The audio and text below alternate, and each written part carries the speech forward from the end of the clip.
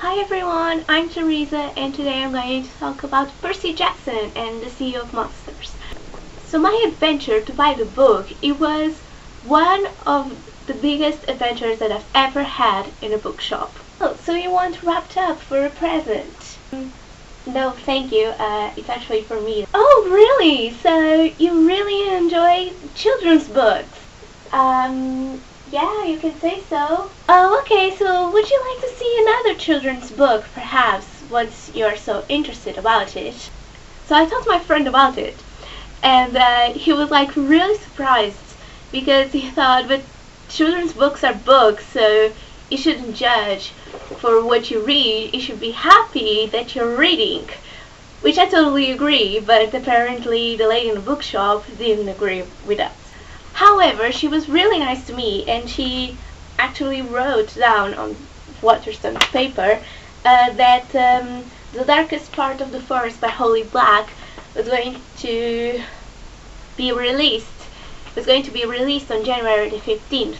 So that's really great, and I should put it inside my bag, and it was like really fun, but things could have gone like a lot worse. Like someone might actually not find it funny because someone might judge her judgment for the fact that she was saying, "Oh, it's a children's book, but you look like 18, so why are you choosing Percy Jackson?" Like, actually, I was thinking that Percy Jackson was a lot like Harry Potter because it's like you can read it whether you're 6 or whether you're 600 years if possible. So yeah, that was it. It was like really, it wasn't rude for her, but it wasn't, I'm not going to say it was rude, but yeah, it wasn't good. It wasn't. So being a children's book, it's actually really easy to read. It has about 260 pages, so it's really fast to read.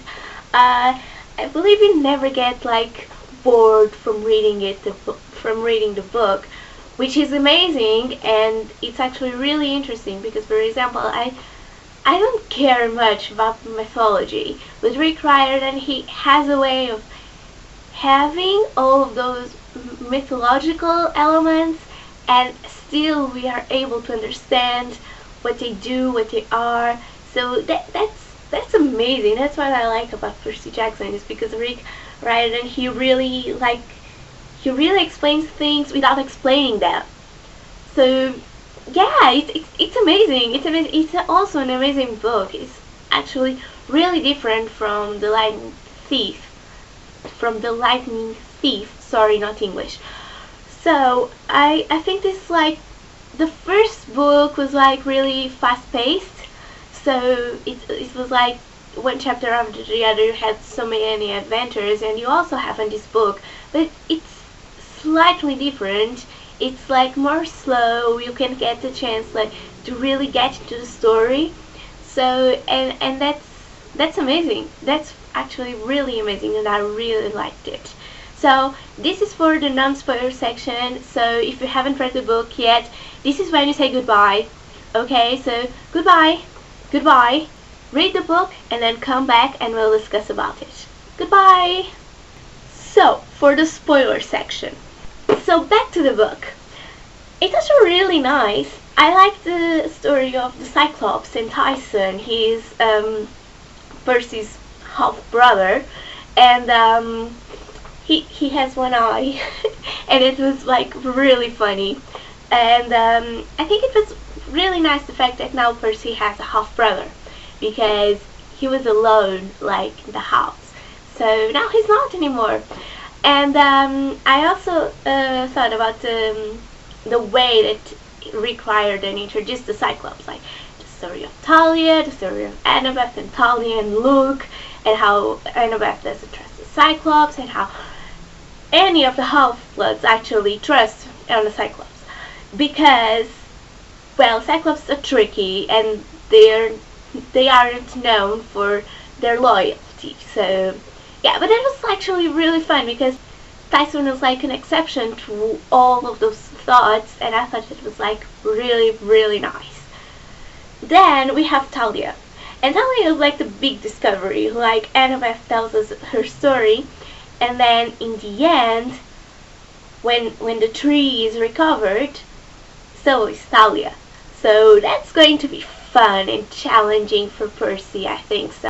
The Bermuda Triangle, it was like one of the most awesome things of the book, because I've never thought that actually, like, the Sea of Monsters was in the Bermuda Triangle.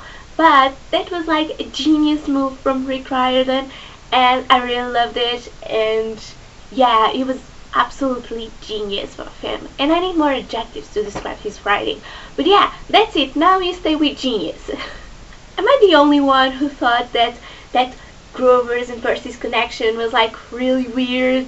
Like, how is Percy having dreams about Grover, and Grover is a Cyclops, and the Cyclops thinks he is a Cyclops, and then he has like some days, like a deadline to get married, and it was like really ridiculous, that scene, that part. I mean, I was like really confused, and I was like, this is nonsense. Like, this doesn't make any sense. Okay, they need to get Grover back, but he could have been in another situation. Luke could have stolen something else. I didn't find like Grover's storyline that interesting, but yeah, that's what we have. So yeah, that's it. The other thing that didn't make any sense was when Percy was turned into a guinea pig. Like, that was just like useless. I'm sorry, but I was reading it and I was like, okay, it's just to fill in the pages, because it was like, no, absolutely not. Turn into a guinea pig? Like, turn him into, like, I don't know, a fish once he's Poseidon's son, but guinea pig, no. Thank you for watching. I'll talk to you next time. Goodbye.